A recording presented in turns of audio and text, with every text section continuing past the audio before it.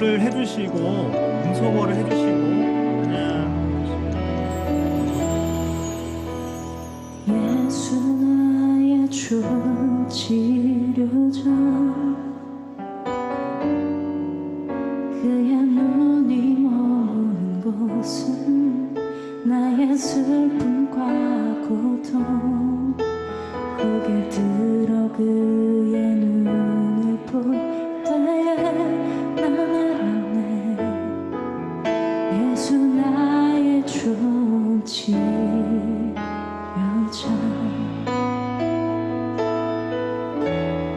예수 나의 좋은 치료자, 그의 손길이 닿는 곳은 나의 상처와 아픔, 영원히 흐를 것 같았던 눈물 다 멈췄네. 예수 나의 좋은 치료자, 예수 나의 좋은 치료자, 그의 눈이 머무는 곳은 나의 슬픔과 고통, 고개 들어 그의 눈을 볼 때에 난 알았네. 예수 나의 좋은 치료자,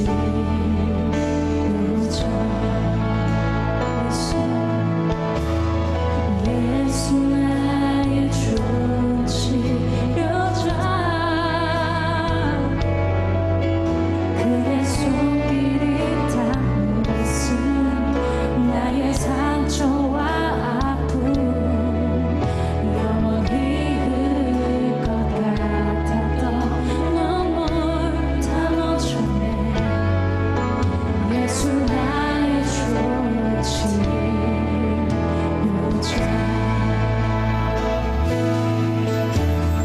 난 노래하리라. 천한 나를 돌아보신 구세 주를 찬양해. 하늘 닿는 곳까지 내 손 들리라.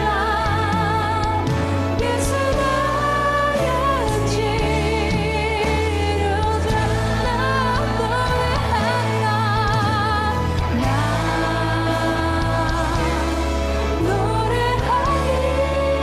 노래하리라. 천한 나를 구세 주를 찬양해. 하늘 닿는 곳까지 내 손 들리라. 예수 나의 치료, 나 노래하리라. 나 노래하리라. 천한 나를 돌아보신 구세 주를 찬양해. 하늘 닿는 곳까지 내 손 들리라. 예수 나의 치료, 우리 두 손을 들고 고백합시다. 나 노래하리라. 나 노래하리라. 천한 구세 주를 찬양해.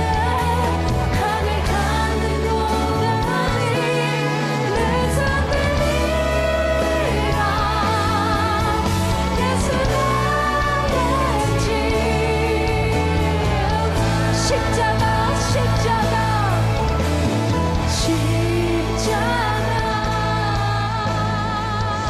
우리 시간 같이 마음을 모아서 이 시간을 주님께 의탁드리며 우리의 마음을 주님께 내어드리며 시간 같이 기도했습니다.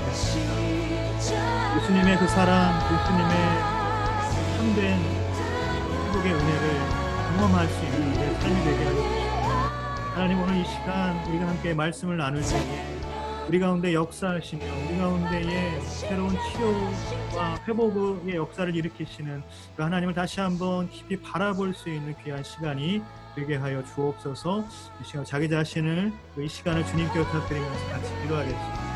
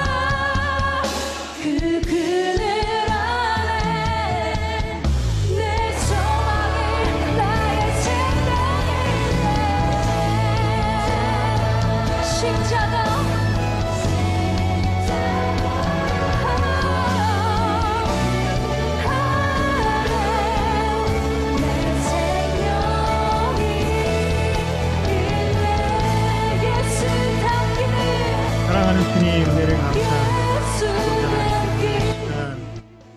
우리가 함께 LTC 귀한 시간으로 모이게 해주셔서 감사합니다. 하나님께서 우리의 삶에 날마다 동행하여 주시어서 우리의 삶에 충만한 생명이 깃들고 우리의 영적인 호흡이 계속해서 주님과 함께 나아가게 되는 줄 믿습니다.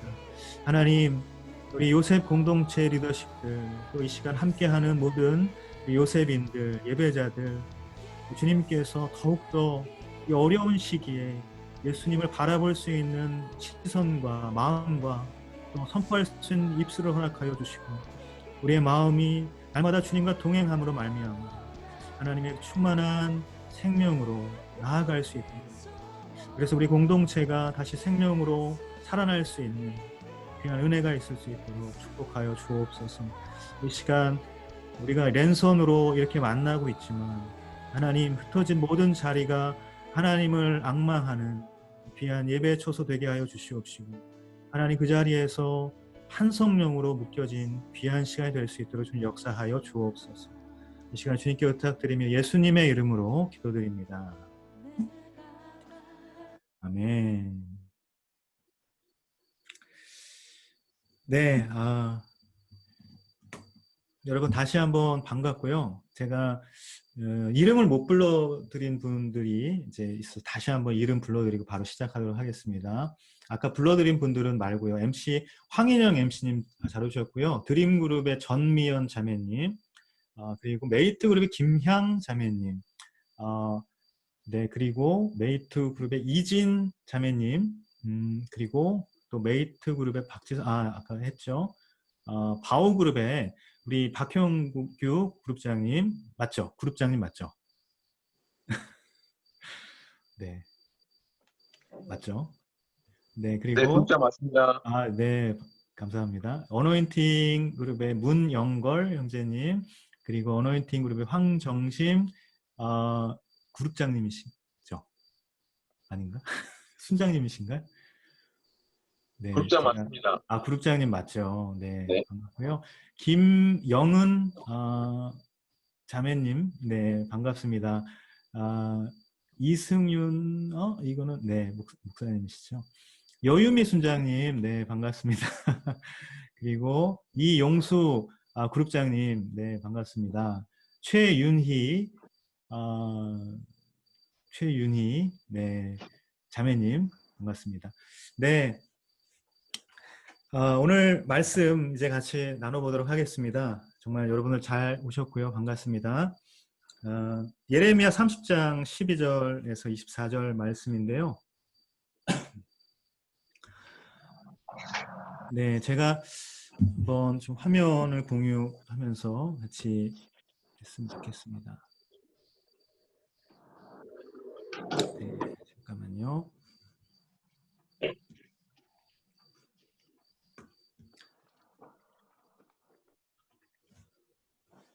네, 여러분들 잘 보이시죠? 네, 잘 보이실 거라고 믿고요. 네, 이제 하도록 하겠습니다.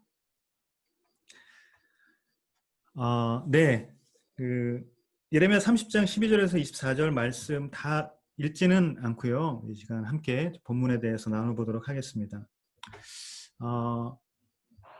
하나님은 예레미야 1장에서 29장까지 1장에서 잠깐 이제 예레미야의 선지자의 소명 부분이 나타나고요. 바로 2장부터 해서 29장까지 심판에 대한 메시지를 계속해서 이어가고 있습니다.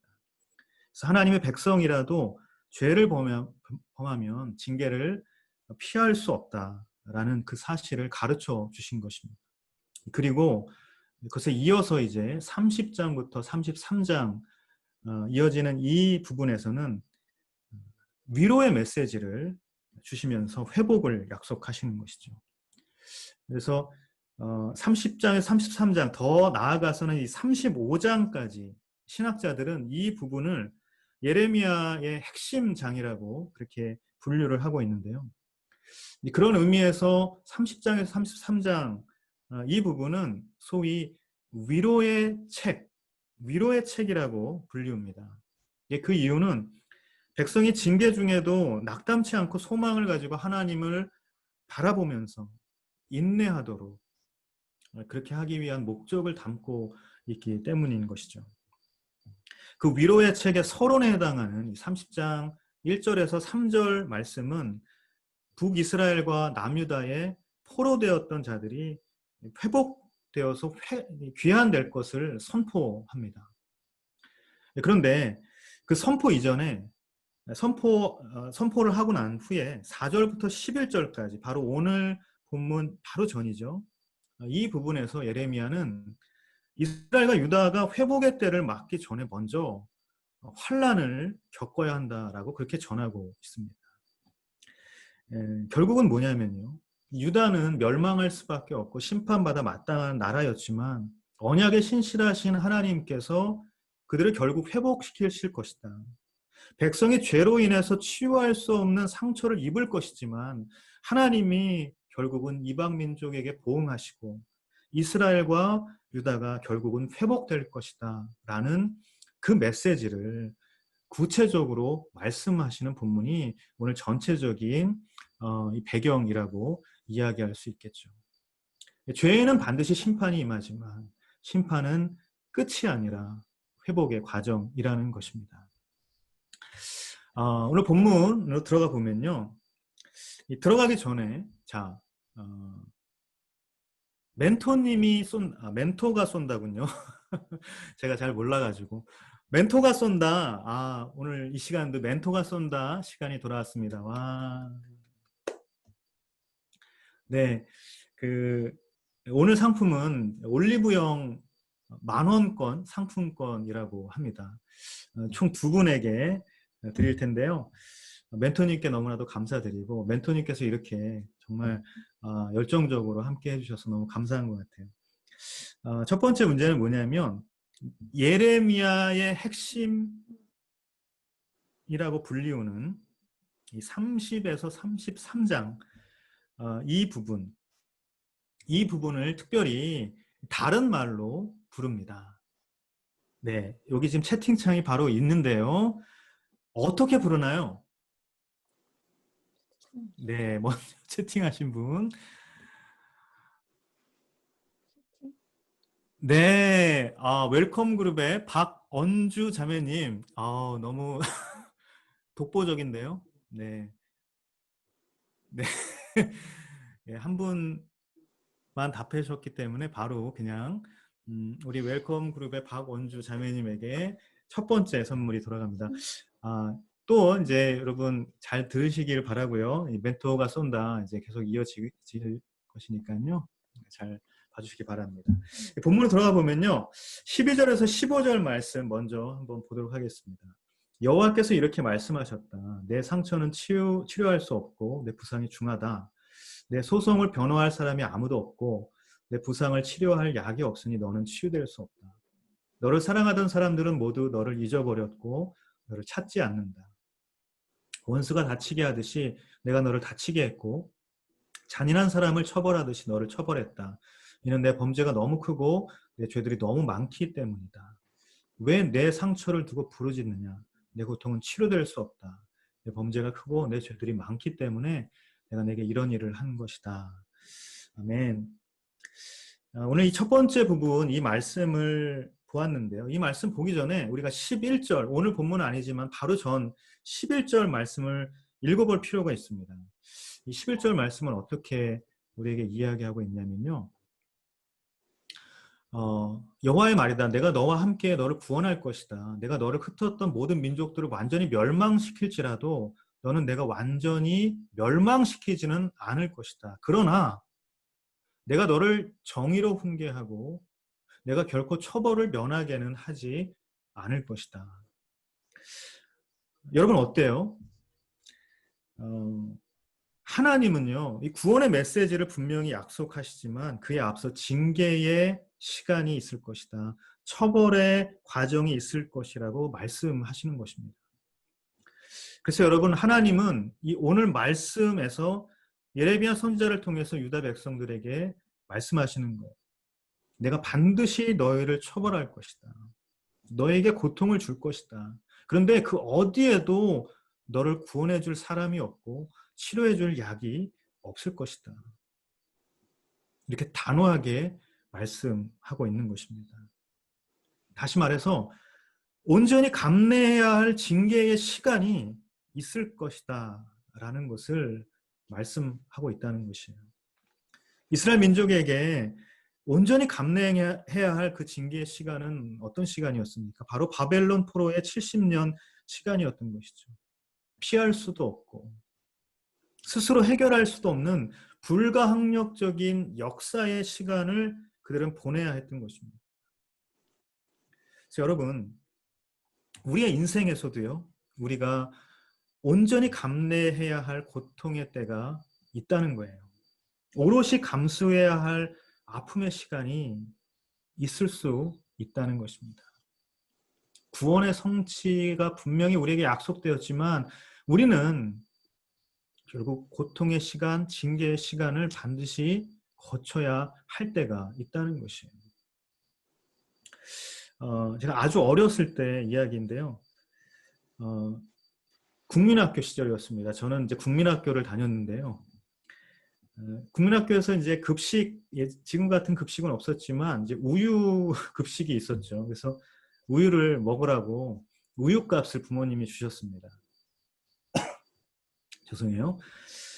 근데 그 우유값을 우유 사 먹는데 쓰지 않고요. 제가 그 우유값을 가지고 오락실로 간 거예요. 오락실에서 그 돈을 다 쓰고 부모님께는 어떻게 했을까요? 거짓말을 했어요. 우유값 냈다. 우유 먹고 있다. 이렇게 이야기를 했죠.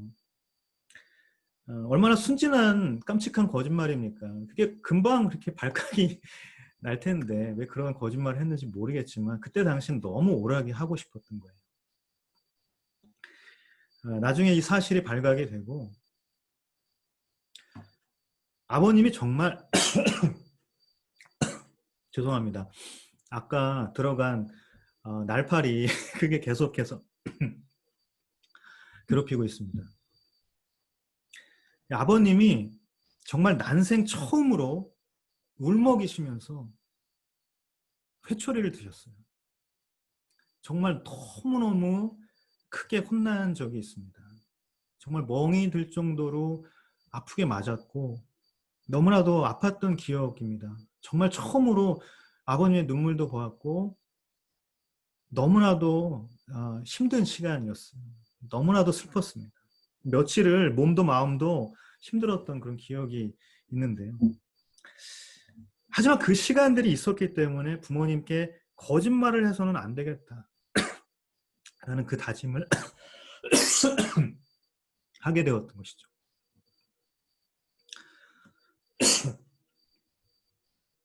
죄송합니다, 여러분.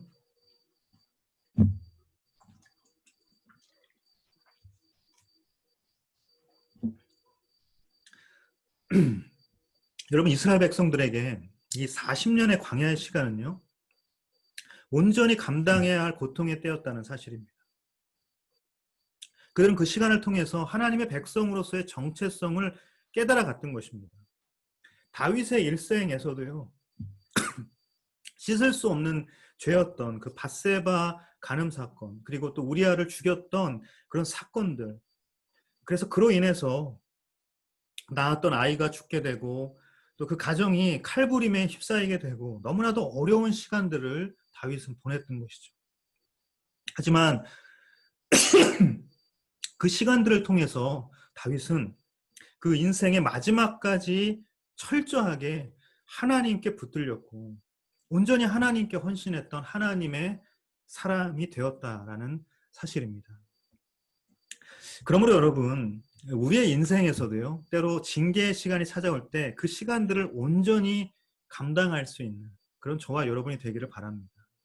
그리고 오늘 본문은, 오늘 말씀은 우리가 그렇게 해야만 하는 이유를 어떻게 설명하고 있냐면요.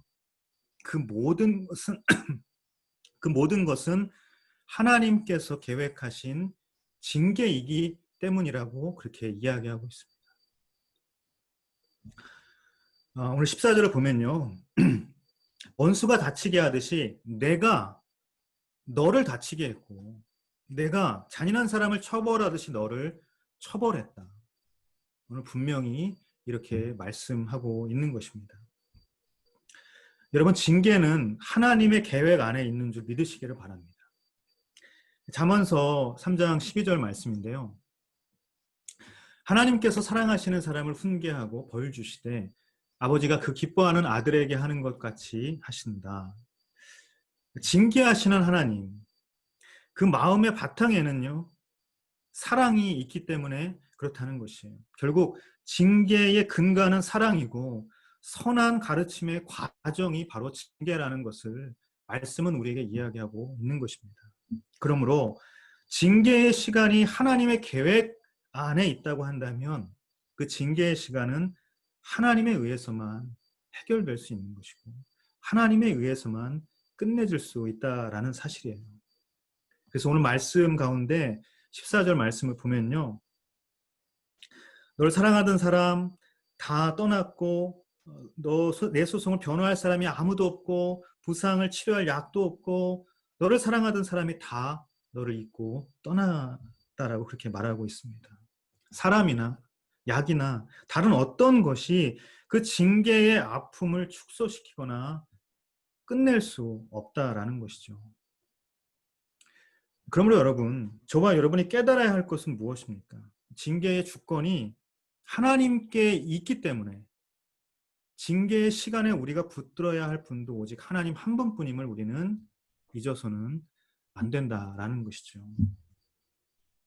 그러나 여러분, 이제는 그 징계마저도 우리는 어떻습니까? 우리를 대신해서 짊어지신 한 분이 계시죠.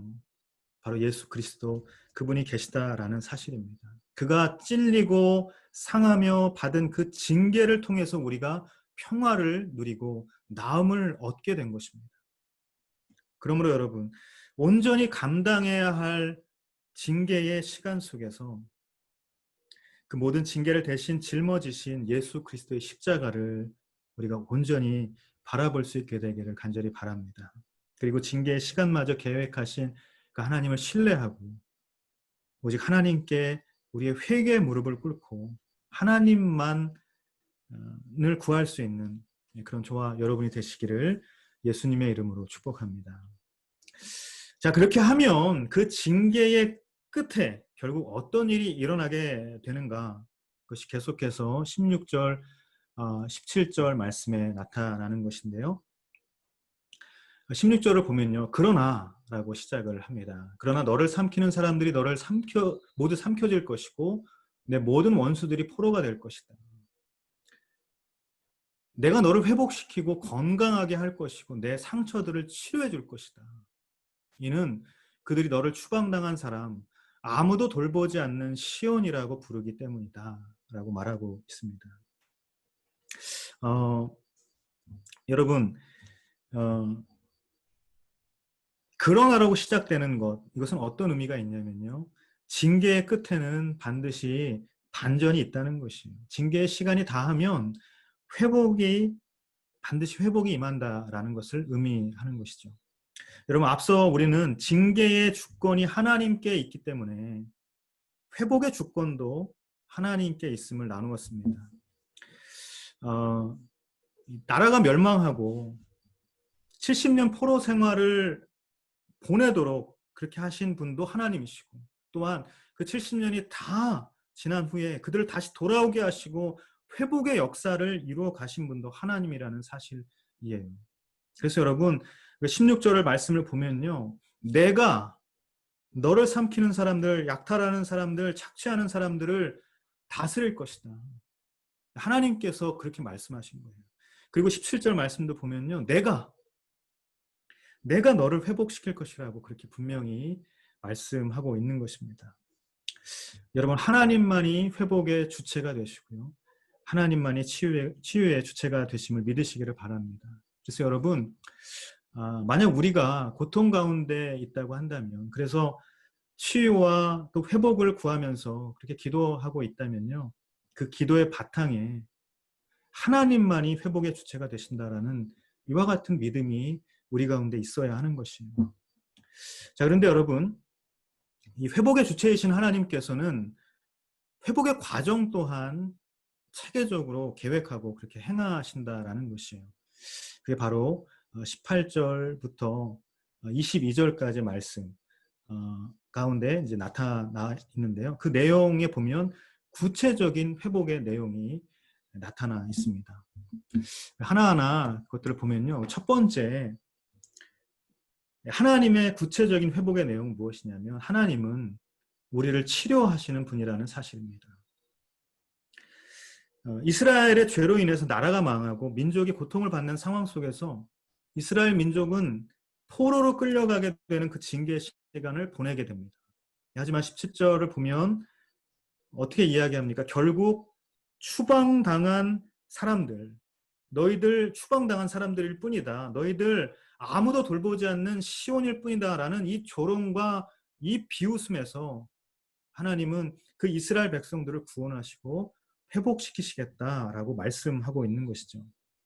그들이 받는 순환과 조롱, 이별의 아픔, 고통, 그것이 그들의 마지막이 아니라 결국 그것으로부터 구원받고 회복되는 것이 그들에게 준비된 은혜라고 분명하게 말씀하고 있는 것입니다. 그 질고의 시간, 그 고통의 시간 속에서 그들의 육신이 상하고 그들의 감정이 무너지고 그들의 영혼이 피폐해졌지만, 하나님은 그 육신과 그 감정과 그 영혼의 온전한 치료자가 되신다라는 사실이죠. 요즘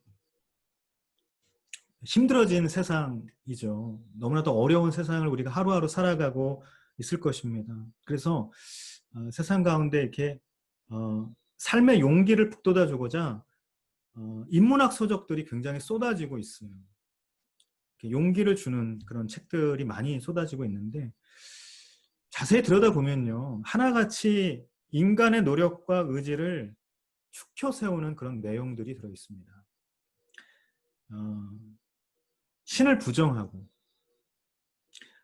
더욱 이 인간의 능력을 끌어올림으로 우리의 이 한계를 극복하고 상황을 타개해야 한다, 그런 움직임들을 독려하고 권면하고 그런 이야기들이 태반이라는 것이에요. 이 독일의 철학자 니체라는 분을 잘 아실 겁니다.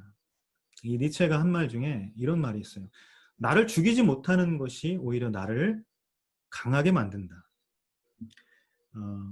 이 니체가 우상의 황혼이라는 책에서 쓴 말인데요. 그의 말에 따르면 죽을 것 같은 상처, 그런 상처나 그런 쓴뿌리들, 아픔들 때문에 내가 죽지는 않지만 정말 죽을 것 같은 그런 상처, 우리 내면에 자리 잡고 있는 그런 쓴뿌리들이 오히려 자신을 강하게 만든다라고 이야기하고 있는 것이에요. 근데 어떻습니까, 여러분? 이 말은 틀린 말이죠. 우리가 상처가 있음에도요, 아픔이 있음에도 그것을 인정하지 않고 그저 강한 척을 할 뿐인 것이죠. 그것이 정말 나를 강하게 만드는 것이 아니라 오히려 그것을 감추고자 더 강한 척을 할 뿐이라는 것입니다. 그렇게 강해지려고 하면 할수록 어떻습니까? 나에게 상처를 준 사람들, 아픔을 준 그런 상황들, 그것들만 탓하고 욕하고 그런 대상들을 향해서 복수하려고 할 뿐이라는 사실을 우리가 간과해서는 안 된다는 것입니다. 여러분, 예수님은 상처를 입으시고 조롱을 받으시고 치욕을 당하시는 바로 그 자리에서 그렇게 조롱과 상처를 당하면 당할수록 강해지신 분이셨습니까? 아니요. 예수님은 그렇게 조롱과 상처를 입으시면 입으실수록 오히려 약해지셨습니다. 가장 약한 곳까지 내려가실 만큼 약해지셨어요. 하지만 그 약해지신 십자가를 통해서 가장 강력한 사랑을 예수님께서는 이루신 것입니다. 우리는 예수님의 그 약함을 통해서 이루신 강한 사랑을 바라볼 수 있어야 하는 것이죠.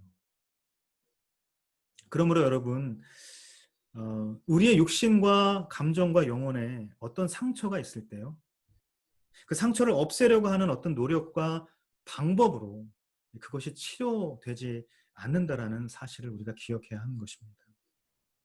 오히려 상처 때문에 약해진 그런 나의 모습, 그 모습 그대로 고스란히 예수님, 니체의 이 이야기는 틀린 말입니다. 우리가 강한 척을 오히려 할 뿐인 것이죠. 그래서 예수님을 보면요, 상처를 입으시고 조롱을 당하실수록 강해지신 것이 아니라 오히려 약해지셨다는 것이, 가장 약한 곳까지 내려가실 만큼 그만큼 약해지셨습니다. 그 약한 십자가 위에서 가장 강력한 사랑을 이루신 것이죠. 그래서 우리는 그 예수님의 약함을 통해서 이루신 그 강한 사랑, 그것을 우리가 바라볼 수 있어야 하는 것입니다. 우리가 때로 육신과 감정과 우리의 영혼에 어떤 상처가 있을 때 그 상처를 없애기 위해서 우리가 노력을 하고 어떤 방법을 취하고 그것이 치유될 수 있는 길이 아니라는 것이에요. 상처 때문에 약해진 나 자신, 그것을 오히려 그 모습 그대로 고스란히 예수님께 엎드릴 때 약함을 통해 가장 강력한 강한 그 사랑을 성취하신 그 예수님을 통해 우리는 온전한 치유, 온전한 치료를 얻게 되는 것입니다. 하나님만이 우리의 온전한 치료자가 되시는 줄 믿습니다. 두 번째, 하나님께서 우리에게 말씀하시는 구체적인 회복의 내용은 무엇이냐면, 하나님은 우리의 방황을 멈추시는 분이라는 사실입니다. 18절 말씀을 보면요, 야곱 장막에 포로된 것을 회복시킬 것이다. 성읍과 궁궐이 다시 세워질 것이다 라고 말씀하고 있어요.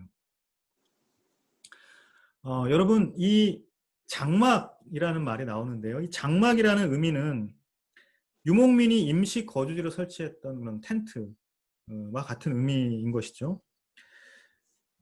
즉 이방 땅에 지금 포로로 잡혀가 있는 그런 포로의 시간들, 그것은 단지 잠시 머물러 있는 그런 임시 거주지, 잠시 머물러 있는 장소일 뿐이라는 사실을 그것을 강조하는 것입니다. 이 장막을 통해서. 죄로 얼룩져서 하나님을 떠난 그들의 결국은 뭐냐면 이렇게 잠시 머무를 수밖에 없는 그런 방향이 없는 방황의 삶일 뿐이라는 사실을 이야기하고 있는 것이죠. 그와는 대조적으로 이 성읍이 다시 세워진다라는 이 표현에서 하나님은 이스라엘을 향한 영원한 안식처를 허락해 주신다라는 것을 우리는 알 수가 있는 것이죠. 장막은 임시 거주지인 것이고 성읍은 영원한 안식처를 의미하는 것입니다. 여러분, 장막이 성읍으로 바뀌고 그들이 거처하는 곳에 다시 궁궐이 세워진다라는 것은요, 더 이상 그들이 유리하고 방황하는 민족이 아니라 하나님의 통치 안에 거하는 영적인 거류민이 된다는 것을 말해주고 있는 것입니다. 사랑하는 여러분, 떠도는 인생이 하나님을 만나면 인생의 자리를 잡게 되는 것입니다. 하나님을 만나면 인생의 방황을 멈추게 되고 인생의 방향을 찾게 된다라는 사실인 것이죠. 우리가 이 세상을 들여다보면요. 무질서하고 또 갈등이 많고 다툼이 많고 이것들이 끊이지 않죠. 편을 가르고 또 서로 미워하고 자신이 어느 것을 향해서 달려가고 있는지 그것도 조차 모르는 그런 질주를 계속해서 하고 있는 것 같습니다. 우리가 이 세상을 들여다보는 시각을 그 모습을 보면 그렇다는 것이죠. 그래서 요즘 우리가 우리 주변에 우리 나라와 민족과 우리 정치 상황과 또 여러 가지 우리의 사회적인 그런 상황들을 보면 너무나도 안타까운 갈등이 많고 다툼이 많고 너무나도 서로가 서로에게 격려와 축복과 칭찬이 되지 못하고 힘든 그런 상황들, 그런 관계들을 마주할 때가 많다는 것이에요. 개인의 삶뿐만 아니라 우리 공동체도 한국 교회도 더 나아가서 이 나라와 이 민족의 방향도 너무나도 혼란스러운 상황 가운데 우리가 있다는 것입니다. 그런데 바로 그때 우리가 깨달아야 할 것은 뭐냐면요. 하나님이 없이는 결코 올바른 시온의 대로를 우리는 찾을 수가 없다라는 것이에요. 여러분, 하나님만이 내 인생에 떠도는 장막을 영원한 성음으로 바꿔주실 수 있는 분입니다. 하나님만이 이 나라가 갈 곳을 알고 계시고 그 나라를 이 나라에 나아갈 곳을 인도해 주실 수 있는 분이라는 사실을 우리가 기억해야 한다는 것이에요. 이 시대의 방황을 멈출 수 있는 분, 그것은 하나님이라는 것입니다. 그래서 여러분, 하나님이 우리의 방황을 멈추신다는 것입니다. 계속해서 말씀은요, 하나님의 회복의 역사를 통해서 이스라엘이 감사와 기쁨의 그 소리를 회복하게 될 것이다. 그리고 번성을 누리게 될 것이고 영화를 누리게 될 것이다 라고 이야기하고 있습니다. 그러면서 하나님이 베푸시는 치료와 회복의 결과가 궁극적으로 어떻게 된다고 말하고 있습니까? 21절과 22절 말씀인데요. 그들의 지도자가 그들 가운데서 나오고 그들의 통치자가 그들 가운데서 일어날 것이다. 내가 그를 가까이 데리고 올 것이니 그가 내게 가까이 올 것이다. 누가 감히 스스로 내게 가까이 나아오겠느냐. 여호와의 말이다. 너희는 내 백성이 되고 나는 너희 하나님이 될 것이다. 아멘. 마지막 세 번째 이 구체적인 회복의 내용은 무엇이냐면요. 하나님은 우리의 영적 정체성을 회복시켜 주시는 분이라는 사실입니다. 오늘 말씀에 보면 지도자와 통치자가 등장을 하는데요. 여기서 말하는 지도자와 통치자는 서로 다른 의미인 것이죠. 지도자는 영적으로 이스라엘을 인도하는 영적인 지도자를 의미하는 것입니다. 즉 제사장, 영적인 지도자, 제사장 직분을 의미하는 것인데요. 반면에 통치자는 그야말로 왕과 같은 권세가 있는 이 권위 있는 통치자를 뜻하는 것이죠.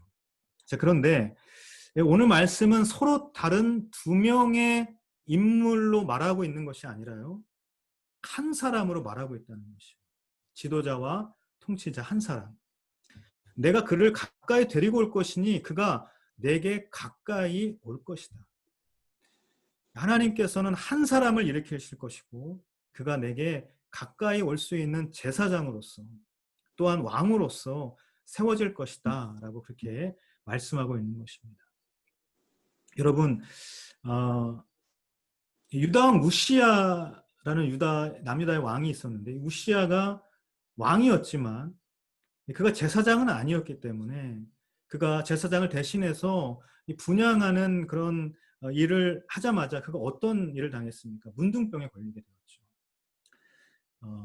하나님께서 정하신 사람, 오직 1년에 한 번만 대제사장이 그 지성소에 들어갈 수 있었던 것, 하나님께 나아갈 수 있었던 것, 그것은 하나님께서 정하신 질서였던 것이에요. 여러분, 제사장, 왕, 어떻게 한 사람이 될 수 있습니까? 이스라엘 역사상에 단 한 번도 그런 사람은 없었던 것입니다. 그런데 단 한 사람, 바로 예수 그리스도 그분만이 영원한 제사장으로서 또 영원한 우리의 왕으로서 우리 가운데 오셨다라는 것이죠. 그를 통해서 하나님께서 맺으신 언약이 다시 한번 회복되고 이스라엘 민족의 정체성이 회복된다라는 것을 오늘 말씀은 우리에게 이야기하고 있어요. 그래서 22절 말씀은 너희는 내 백성이 되고 나는 너희 하나님이 될 것이다. 이미 하나님께서 모세를 통해서 이스라엘 민족과 맺으신 약속의 말씀인 것이죠. 출애굽기 6장 7절 말씀에 나타나 있는데요. 내가 너희를 이집트 사람들의 앞에서 꺼내준 너희 하나님 여호와인 줄 너희가 알게 될 것이다. 내가 너희를 내 백성으로 삼고 나는 너희의 하나님이 될 것이다. 그러면서 이집트에서 이스라엘 백성을 구원하신 하나님께서는 시내산에서 다시 한번 이스라엘의 영적인 정체성을 선포하시면서 언약을 맺어 주십니다.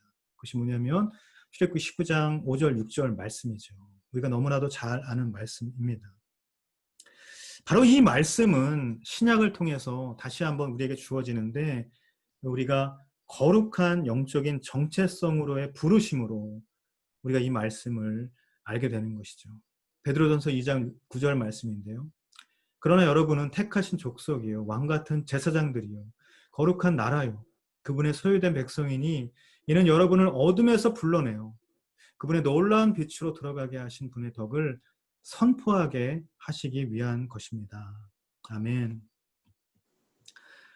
사랑하는 여러분, 하나님은 저와 여러분을 하나님의 백성으로 또 거룩한 나라로 또 왕같은 제사장이라는 그런 정체성으로 불러주신 줄 믿습니다.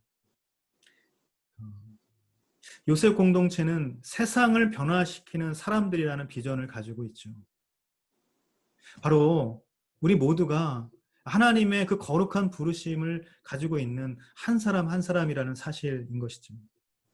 우리는 하나님과 연결되지 않고서는 살아갈 수 없는 왕같은 제사장이고 거룩한 나라이고 하나님의 택하신 족속이고 그분의 소유된 백성이라는 정체성을 가지고 있습니다. 그래서 하나님과 이 세상을 연결하지 않고서는 살아갈 수 없는 그런 존재로서 다시 한번 또 우리는 부름을 받은 것입니다. 그것이 바로 세상을 변화시키는 사람들이라는 이 비전 가운데 들어있는 내용일 것입니다. 여러분, 아무리 악한 사단 마귀가 우리의 정체성을 혼란스럽게 만든다 할지라도요, 언약에 신실하신 하나님은 끝까지 포기하지 않으시고 우리를 당신의 소유된 백성으로 끌어안아 주시고 그 정체성으로 계속해서 우리를 불러주신다는 것입니다. 그래서 예수 그리스도 안에서 우리는 그 어떤 상처와 아픔도 치료될 수 있고 우리는 그 어떤 인생의 혼돈과 무질서와 방황도 예수 그리스도 안에서 끝낼 수 있는 것이고 그래서 결국 하나님의 소유된 백성이라는 이 존귀한 정체성을 우리가 잃어버리지 않게 된다는 사실입니다.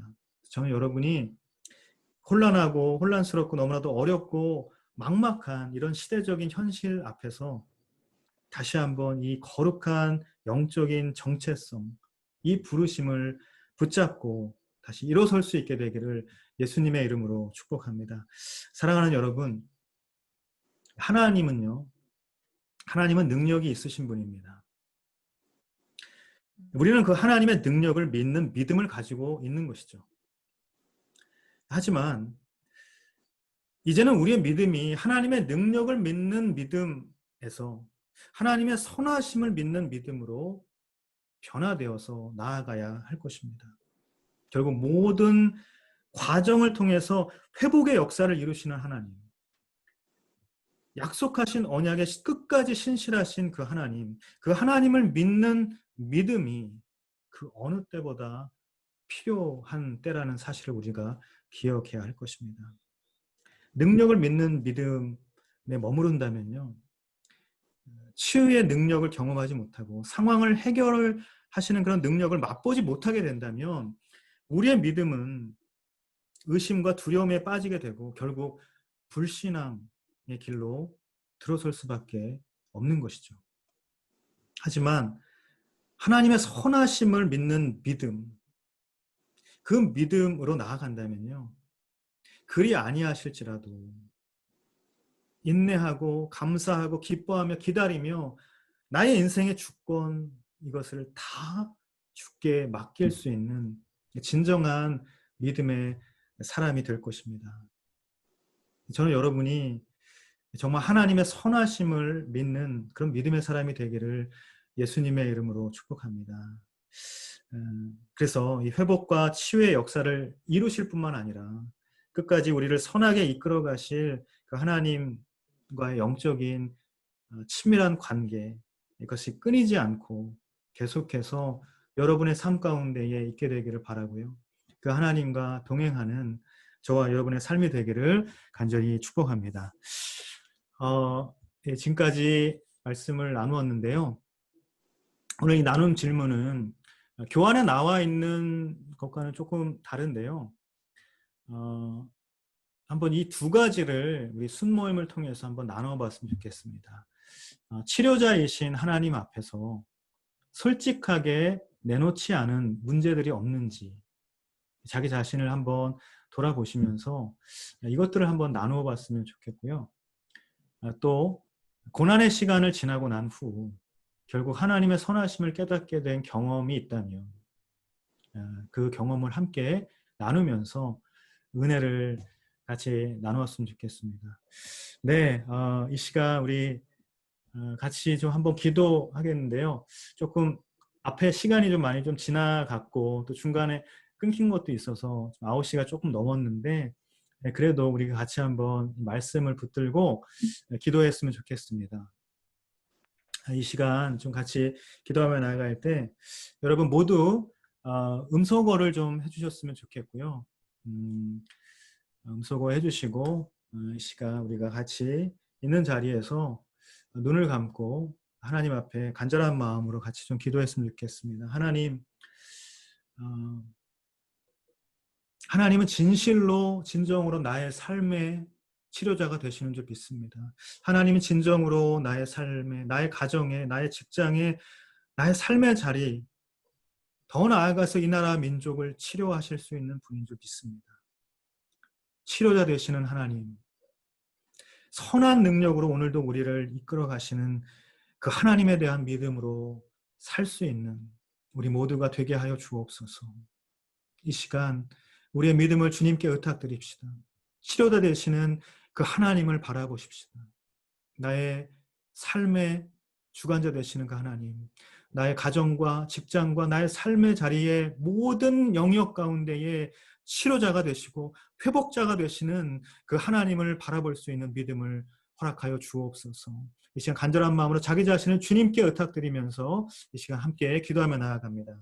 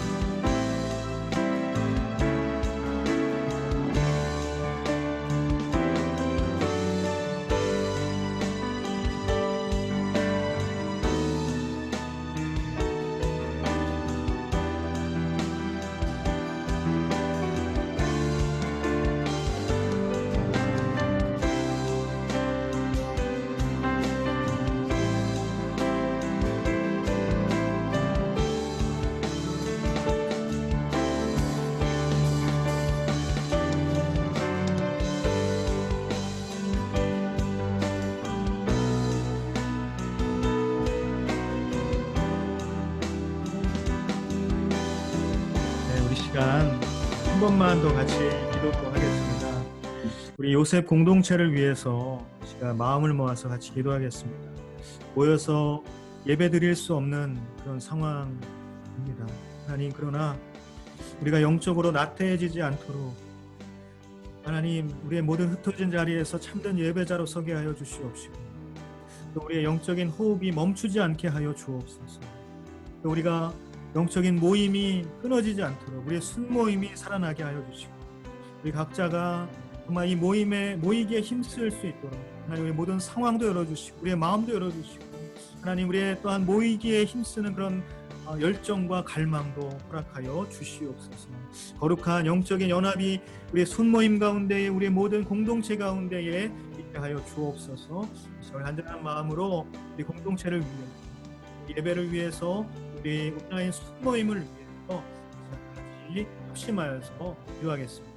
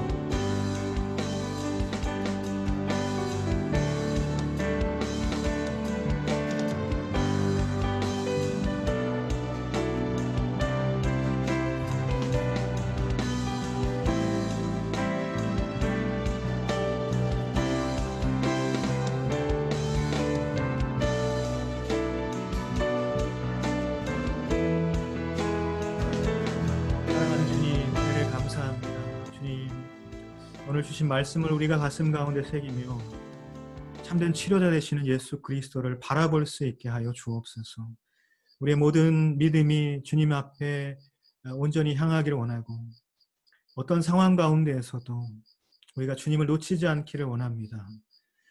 어려운 환경, 어려운 상황들, 많은 삶의 문제들이 우리 가운데 있지만, 하나님, 이 삶의 문제로 우리가 버겁지만 그럼에도 불구하고 우리가 주님을 향한 예배를 놓치지 아니하고, 우리의 영적인 호흡을 멈추지 아니하고, 우리의 몸된 공동체를 향한 귀한 열정을 멈추지 아니하고 하나님 앞에 전심으로 나아갈 수 있는 우리 모두가 되게 하여 주옵소서. 흩어진 모든 자리마다 축복하시고, 하나님 그 자리에서 더욱더 하나님과 친밀한 동행을 이루어가게 하여 주시옵시고, 하나님 그 모든 자리에서 성령의 역사를 경험할 수 있는 귀한 축복이 우리 가운데 있게 하여 주옵소서. 특별히 기도하는 것은 우리 리더십들을 위해서 기도합니다. 우리 순장님들에게 새 힘과 새 능력을 허락하시고, 하나님께서 정말 부어주시는 지혜와 능력으로 이 공동체에 주어진 귀한 이 부르심의 자리를 잘 감당하게 하여 주시옵시고, 하나님 정말 어려운 이 순장의 직분, 어려운 상황 속에서 하나님 끝까지 믿음을 잃지 아니하고 하나님 향해서 나아갈 수 있는 귀한 우리 한 사람 한 사람 될 수 있도록 축복하여 주옵소서.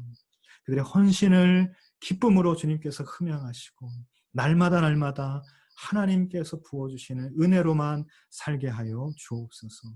이곳의 공동체가 세상을 변화시키는 사람들이라는 귀한 이 비전을 가지고 다시 생명을 품고 일어서기를 원합니다. 주님, 우리 한 사람 한 사람이 영적으로 회복되고 다시 영적으로 부흥하기를 원합니다. 주님께서 그 모든 자리마다 성령의 역사를 일으켜 주시옵시고, 우리가 함께 기도함으로 그 모든 것을 이루어갈 수 있도록 주님 축복하시고 우리를 인도하여 주옵소서. 그렇게 함께 하시고 역사하실 주님의 이름을 찬양하며 감사드리고 예수님의 이름으로 기도드립니다. 아멘. 네, 여러분들 같이 기도해 주시고 또 참여해 주시고 네, 함께 해주셔서 너무 감사드리고요. 오늘 우리 그 두 번째 멘토가 쏜다.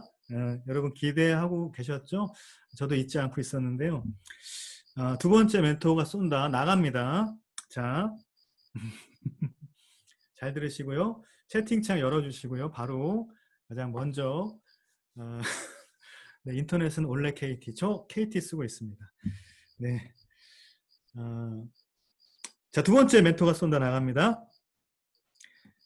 맨 처음 제가 이제 이야기 말씀을 맨 처음 시작하면서 나눈 것인데요. 제가 아내와 며칠 전에 함께 했던 그 일은 무엇인가요? 네. 와, 감사합니다. 바우그룹의 장혜연 부그룹장님.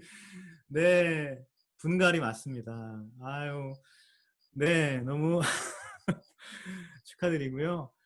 우리 아까 맨 처음에 누구였더라? 내가 이름을 우리 박지선 자매님이었죠?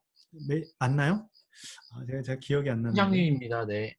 네, 맞죠? 네, 분하고 또 우리 우리 장혜원 부그룹장님 두 분께 우리 멘토가 쏜다 나갑니다. 우리 멘토님께 보이진 않지만 박수 한번 감사의 박수 하겠습니다. 네, 이상 마치겠고요. 제가 광고가 있었는데 광고를 빼먹었네요. 정신이 없네요. 자, 광고 다시 한번 나가겠습니다. 네, 자, 에스라 프로젝트 계속 진행되고 있는데 필사지 제출 기한이요 연장되어서 9월 26일 토요일까지라고 합니다. 네, 기억해 주시면 끝까지 우리 에스라 프로젝트 잘 참여해 주시면 감사하겠습니다. 오늘의 교회 전 예배가 영상으로 전환되었죠. 그래서 저도 취임을 했지만 아직 여러분을 보지를 못하고 영상 예배로 드리고 있습니다. 별도 공지가 있을 때까지 유튜브를 통해서 예배에 참여해 주시면 감사하겠고요. 특별히 토요 우리 요셉 예배는 교회 채널 그리고 또 대청 채널 같이 나가고 있습니다. 참여해 주시면 감사하겠습니다. 하반기 바이블 아카데미가 진행됩니다. 중요한 광고인데요. 전체 과정은 이제 9월 16일부터 시작이 되는데요. 이번 돌아오는 내일 모레죠. 우리 주일에 마지막 신청이 있습니다. 뿐만 아니라 저희 이제 신청 그 링크가 다시 한번 또 플러스 친구를 통해서 여러분에게 배포가 될 것인데요. 우리 순장님들 또 순원분들까지 다들 좀 알려주셔서요. 바이블 아카데미 영적인 체험이 있는 곳에 같이 와주셨으면 좋겠습니다. 공동체 과정은 가스펠 프로젝트 신약2 비유와 기적이라는 주제를 가지고 나누게 될 13주 동안 나누게 될 텐데요. 웹 주보를 통해서 신청하실 수 있습니다. 그 외에 CDC 그리고 또 Y미션 이게 전체 과정인데요. 이것도 또한 신청하실 수가 있습니다. 여러분 바이블 아카데미 많이 알려주시고 또 같이 신청해 주시면 감사하겠습니다. 네, 이상 광고를 마치겠습니다. 여러분 함께 해주셔서 감사하고요. 행복한 저녁 되시기를 바랍니다. 감사합니다.